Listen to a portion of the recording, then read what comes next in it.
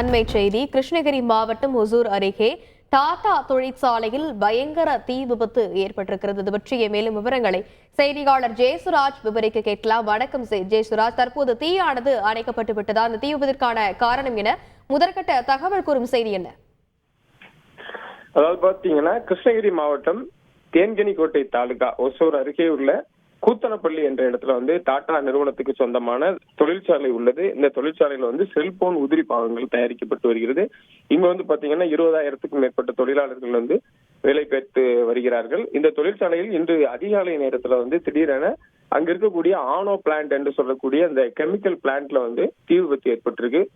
இந்த தீ விபத்தை அணைக்கிறதுக்காக அந்த கம்பெனியில இருக்கக்கூடிய தீயணைப்பு வாகனத்தை கொண்டு முதல் கட்டமாக அவங்க அணைக்கும் பணிகளில் ஈடுபட்டு இருக்காங்க. ஆனா அது முடியல. அதனைத் தொடர்ந்து தேன்கனிக்கோட்டை மற்றும் ராயக்கோட்டை பகுதிகளிலிருந்து தீயணைப்பு துறையினரை வரவழைத்து தீயை அணைக்கும் பணிகளில் தீவிரமாக ஈடுபட்டு வருகின்றனர். இந்த தீயானது பாத்தீங்கன்னா கெமிக்கல் பிளான்ட்ல ஏற்பட்டதுனால பயங்கரமான தீ விபத்தா மாறி இருக்கு. வான் உயரத்துக்கு புகை மண்டலமா மாறி அந்த பகுதியே புகை சூழ்ந்த ஒரு பகுதியா காணப்படுது. கெமிக்கல் பிளான்ட் என்று சொல்றதுனால இந்த ஆனோ பிளான்ட் சொல்றாங்க.